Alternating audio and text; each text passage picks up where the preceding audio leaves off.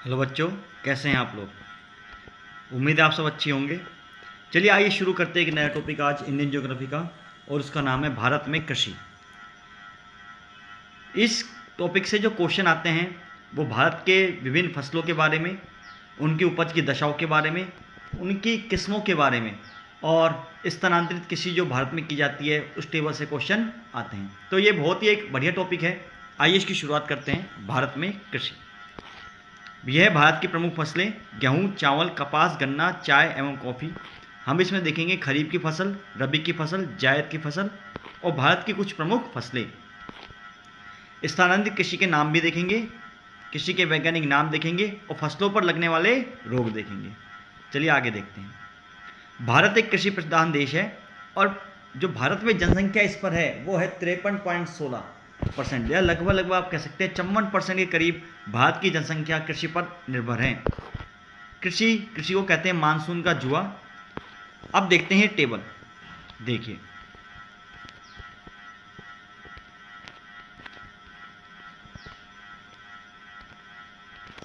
ये है आपके खरीफ की फसल, ये रबी की और ये जायद की फसल।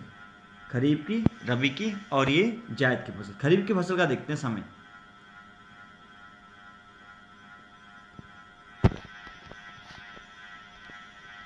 देखिए, खरीफ की फसल जो बुआई होती है वो होती है आपकी जून जुलाई में, और यह काटा जाता है सितंबर और अक्टूबर में। यह वर्षा काल की फसल है। इसके लिए अधिक आर्द्रता और अधिक तापमान की जरूरत होती है। इनमें धान, सोयाबीन, ज्वार और बाजरा।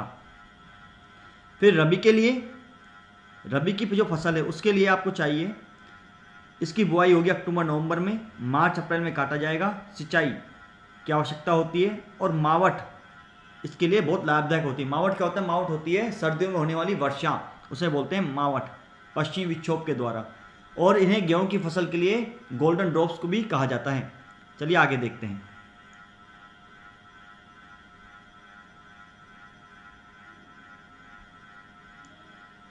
इनमें है गेहूं, जौ, मटर, चना, सरसों, आलू, मसूर एक्स्ट्रा।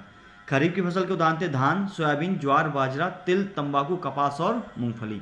अब देखते हैं हम जायद की फसल। देखिए, जायद की फसल बोई जाती है रबी और खरीफ के मध्यवर्ती काल में, यानी कि मार्च और जून में। इसके एग्जाम्पल हैं खीरा, ककड़ी, तरबूज और खरबूजा और करेला। ठीक है। बाकी मैं आपको एक ट्रिक से दिखाता हूँ इसको। एक मैं वर्ड लिख रहा हूँ जीके। जीके सिर्फ आपको ये नाम याद रखने की जरूरत है, बाकी हम सारी रबी की और खरीफ की फसलें इससे याद कर सकते हैं। जीके का मतलब है गर्मी में खरीफ की फसल बोई जाती है। जीके का मतलब क्या है? गर्मी में खरीफ की फसल बोई जाती है। तो काटी कब जाएगी? ये काटी जाएगी आपके सर्दियों में।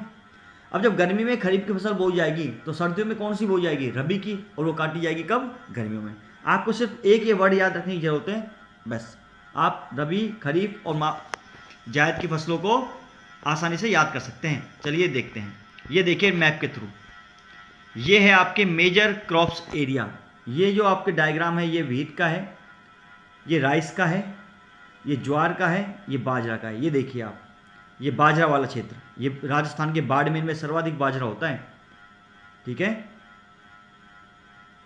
सर्वाधिक बाजरा राजस्थान के बाजरे में। ये आपके व्हीट मतलब गेहूं पंजाब वाला क्षेत्र आ रहा है। ये बाजरे वाला है राजस्थान में बाड़मेर में होता है। पंजाब में गेहूं की तरफ आ रहा है ये जगह। ठीक है। और राइस आपको मिलेगा साउथ इंडिया में। देखिए, ये है आपके राइस वाले जो इलाके हैं, चावल वाले जो इलाके। ठीक है, चलिए आगे देखते हैं। सबसे पहले हम बात करते हैं गेहूं की फसलों की। यह एक रबी की फसल है। गेहूं की फसल एक रबी की फसल है। इसके लिए दोमट मिट्टी होनी चाहिए, ठंडी जलवायु चाहिए, वर्षा 50 से 75 सेंटीमीटर चाहिए, और बोते समय टेम्परेचर 10 से 15 डिग्री सेल्सियस, पकते समय 20 से 25 डिग्री सेल्सियस। उत्पादन में भारत का दूसरा स्थान है चावल के हिसाब से। मतलब भारत में जो सर्वाधिक फसल उगाई जाती है वो उगाई जाती है चावल, उसके बाद उगाई जाती है वो है गेहूं। हरित क्रांति से इसकी उत्पादकता बढ़ी है, उत्पादन भी बढ़ा है। इसकी किस्मों के नाम है कल्याण सोना, सोनालिका, राज 3077 और अर्जुन। चलिए आगे देखते हैं। देखिए,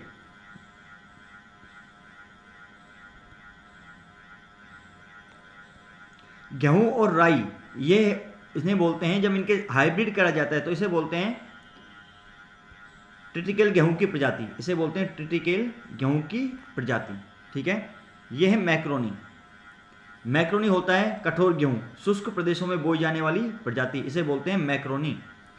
गेहूं में क्या होता है, गेहूं में प्रोटीन होता है 8 से 15%, और प्रोटीन का नाम क्या है, ग्लूटेन। वसा होती है 5 से 10%, कार्बोहाइड्रेट 65 से 70%। चलिए आगे देखते हैं। उत्पादन में चीन का है पहला स्थान, उत्पादन में चीन का पहला स्थान, इंडिया का, भारत का है तीसरा स्थान। और भारत में सर्वाधिक राज्य है उत्तर प्रदेश, फिर पंजाब, फिर हरियाणा, मध्य प्रदेश और राजस्थान। देखिए अगली फसल देखते हैं, ये है चावल। चावल की फसल, चावल की फसल है आपके, चावल की फसल है खरीफ की फसल। ये बोई जाएगी जून जुलाई में, जून जुलाई में बोई जाएगी, काटी जाएगी सितंबर अक्टूबर में। पश्चिम बंगाल और तमिलनाडु हमेशा अनुकूल मौसम होता है, तो यहाँ पे मतलब 12 महीने ये फसल बोई जाती है चावल की फसलें। जो शरद काल में बोई जाती है, शरद काल जो होता है उसमें बोई जाती है ओस, बोलते हैं उसको, शीतकाल में अमन, और ग्रीष्मकाल में बोई जाती है बोरो। ठीक है, शरद काल में ओस, शीतकाल में अमन और ग्रीष्मकाल में बोरो। अगली जो इसके लिए है, मिट्टी चिकनी मिट्टी चाहिए, टेम्परेचर 25 से 30 डिग्री सेल्सियस, वर्षा 100 सेंटीमीटर से ज़्यादा। भारत में सर्वाधिक जो खेती होती है वो होती है चावल की, और उसके बाद होती है गेहूं की। ठीक है, सर्वाधिक चावल का उत्पादन होता है वेस्ट बंगाल, उत्तर प्रदेश, आंध्र प्रदेश, पंजाब। इसकी किस्में हैं जमुना, करुणा, जया, पद्मा, कांची, कृष्णा, कावेरी, पूसा सुगंध, माही सुगंधा, बाला और रत्ना। ये हैं चावल की किस्में। देखिए मैं आपको एक चीज़ बताता हूँ, ये एक इंपॉर्टेंट क्वेश्चन है जो आया हुआ था एग्जाम में, कि गोल्डन राइस किसे बोलते हैं। चावल में विटामिन ए की कमी को दूर करने के लिए बीटा कैरोटीन युक्त पीले रंग का जेनिफाइड मॉडिफाइड चावल क्या बोलते हैं, उसको गोल्डन चावल बोलते हैं। ये हम याद कैसे करेंगे, गोल्ड, गोल्ड का फॉर्मूला होता है केमिस्ट्री में AU, तो ए से पता लग गया कि विटामिन ए के लिए है। ठीक है, और चूंकि गोल्ड है, हम गोल्ड को नापते कैसे हैं, गोल्ड की शुद्धता को, सोने की शुद्धता को कैरेट में, तो ये क्या जाएगा, विटामिन ए की कमी को दूर करने के लिए, और उसका पीला रंग होता है बीटा कैरोटीन की वजह से। उत्पादन में चीन का पहला स्थान, भारत का दूसरा स्थान। जापान और फिलीपींस में डोपिंग विधि के द्वारा चावल का उत्पादन किया जाता है। इसके लिए जैव उर्वरक है अजोला और नीलहरित शैवाल। चावल में कार्बोहाइड्रेट होते हैं आपके 76%, कार्बोहाइड्रेट कितने होते हैं, 76%। जया, जया है चावल की बोनी प्रजाति। केंद्रीय धान अनुसंधान संस्थान है कटक उड़ीसा में। अंतर्राष्ट्रीय चावल अनुसंधान संस्थान है फिलीपींस में। ठीक है, फिलीपींस से आपको याद आ रहा होगा, जो एशिया का जो नोबेल बोलते हैं रमन मैग्सेसे पुरस्कार, वो फिलीपींस के राजा की स्मृति में ही दिया जाता है। चलिए आगे देखते हैं। यह है भारत के प्रमुख चावल उत्पादक क्षेत्र। ये आप मैप से देख सकते हैं, पश्चिम बंगाल वाले क्षेत्र में। ठीक है, उसके बाद उत्तर प्रदेश वाले क्षेत्र में, और उसके बाद जो आ रहा है वो क्षेत्र आपके साउथ वाला जो क्षेत्र आ रहा है, ये चावल के उत्पादक क्षेत्र है। ठीक है, अब बात करते हैं कपास की। कपास को बोला जाता है सफ़ेद सोना, कपास को बोलते हैं सफ़ेद सोना। भारत का देशज फसल है, ऋग्वेद में भी इस फसल का उल्लेख है। कपास के रेशे से बीज की प्राप्ति होती है। इसके लिए मिट्टी चाहिए काली मिट्टी, इसको एक और नाम है रैगूर मिट्टी, और इसका एक और नाम है स्वतः जुताई वाली मिट्टी। उच्च तापमान चाहिए, हल्की वर्षा या सिंचाई 50 से 100 सेंटीमीटर होनी चाहिए, खिली धूप होनी चाहिए। उत्पादन में चीन का पहला स्थान, भारत का दूसरा स्थान, और राज्य में जो उत्पादन में है गुजरात का पहला स्थान। देखिए एक कपास की फसल में एक इंपॉर्टेंट टर्म आती है, उसका नाम है बीटी कपास। इसका नाम क्या है, बीटी कपास। देखिए यह एक जेनेटिकल मॉडिफाइड है किस्म। ठीक है, यह रोगों से सुरक्षित करती है और अधिक उत्पादन में काम आती है। ठीक है, ये देखिए कपास उत्पादक क्षेत्र डायग्राम के थ्रू। हम बात करते हैं गन्ने की। गन्ना एक नकदी फसल है। गन्ना क्या है, एक नकदी फसल। नकदी फसल क्या होती है, नकदी फसल में जो किसान है वो डायरेक्ट मिल फैक्ट्रियों में अपने माल को ले जाता है, और वहाँ उसके बदले उसको तुरंत क्या मिलते हैं, पैसे मिलते हैं, इसलिए इसे क्या बोलते हैं, नकदी फसल बोलते हैं। यह पूरे वर्ष की फसल है। बुआई की जाती है जनवरी से अप्रैल तक के, कटाई की जाती है अक्टूबर में, और फिर दोबारा से इसकी पोराई की जाती है, वो की जाती है अप्रैल में। इसके लिए पाला क्या है, हानिकारक। मिट्टी चाहिए दोमट और काली मिट्टी। सर्वाधिक सिंचित फसल है। श्रमिक व उर्वरकों की अधिकता चाहिए। गन्ना प्रजनन संस्थान है कोयम्बटूर तमिलनाडु। गन्ना उत्पादक राज्य है सर्वाधिक उत्तर प्रदेश। ठीक है, ये देखिए मैप के थ्रू आप देख सकते हैं गन्ना उत्पादक जो क्षेत्र है उत्तर प्रदेश वाला। चलिए आगे देखते हैं। अब हम बात करते हैं चाय की। चाय एक चीनी पौधा है।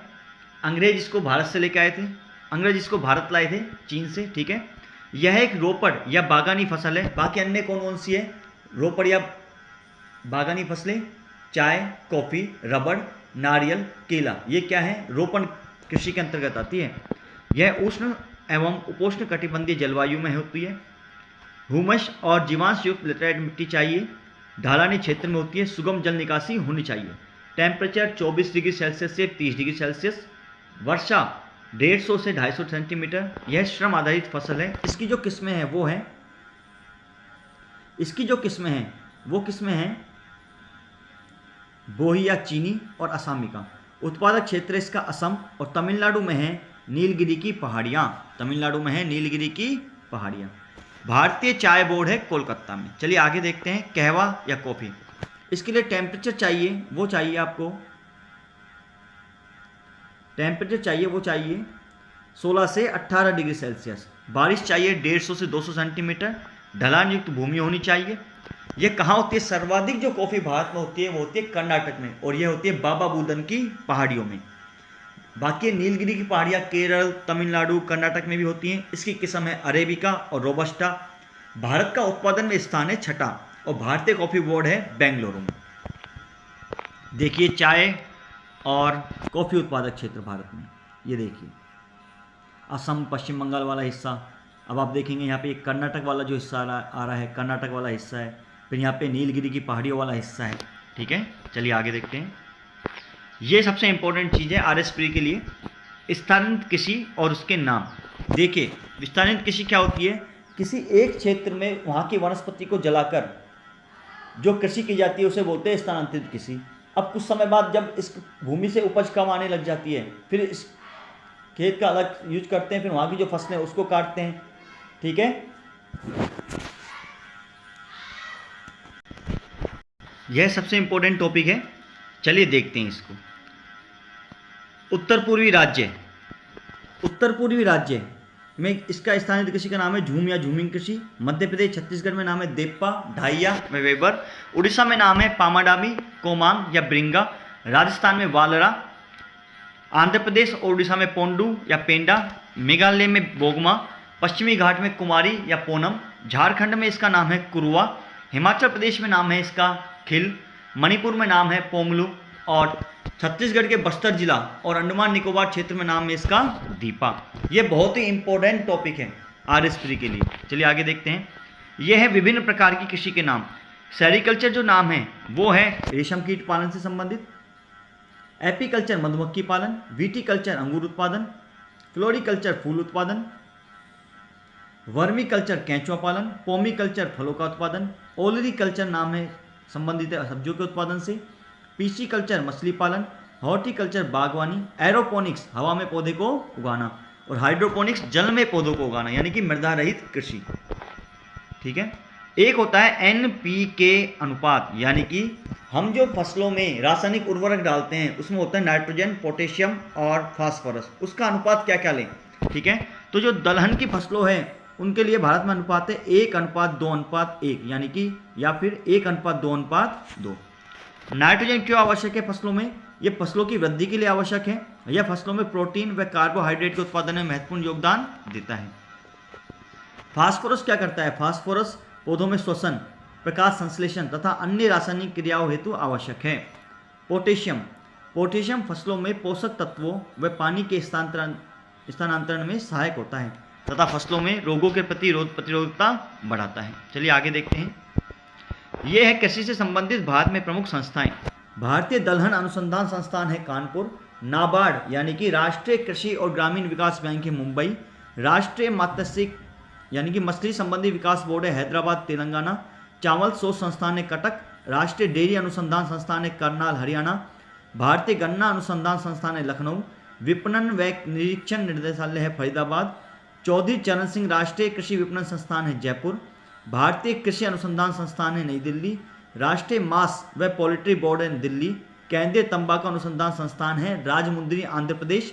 केंद्रीय आलू संस्थान है शिमला में। केंद्रीय वनस्पति अनुसंधान संस्थान है लखनऊ। केंद्रीय नारियल अनुसंधान संस्थान है कासरगोड केरल। केंद्रीय जूट प्रौद्योगिकी अनुसंधान संस्थान है कोलकाता।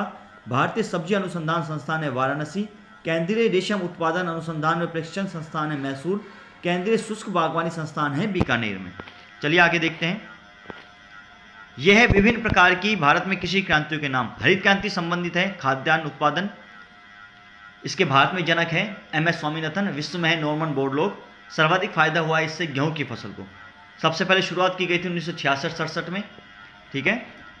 श्वेत क्रांति संबंधित है दुग्ध उत्पादन, वर्गीस कुरियन इसके जनक है जो अमूल के भी फाउंडर हैं।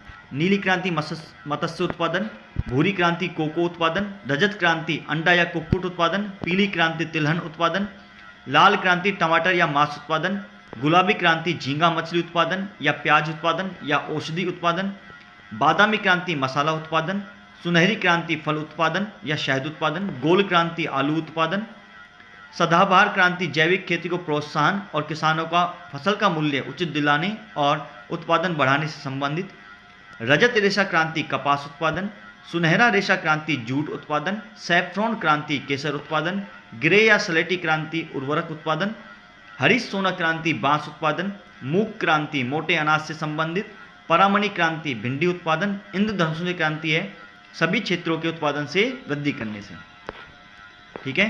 अब हम देखेंगे विभिन्न फसलें में उन पर लगने वाले रोग। गेहूं में जो रोग लगते हैं वो है अनावृत कंडुआ, सेहू, रस्ट, गेरुई या रतुआ। धान में खैरा, ये होता है जस्ते की कमी से, पत्तियों पर भूरा धब्बा लगना और शीत झुलसा। मक्का में जो रोग लगता है उसका नाम है तुलिसिता रोग और पत्तियों पर झुलसा रोग। मूंगफली में टिक्का या ड्राई रूट रोग, सोयाबीन में पीला चित्रवन रोग, बाजरे में अरगट, हरित वाली कंडुआ, गन्ना में रेड रॉट और ज्वार में कंडुआ रोग।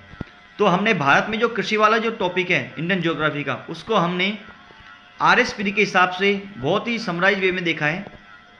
उम्मीद है आपको ये लेक्चर पसंद आया होगा। अगर ये आपको अच्छा लगे तो चैनल को लाइक कीजिए, शेयर कीजिए और सब्सक्राइब कीजिए। तब तक के लिए धन्यवाद।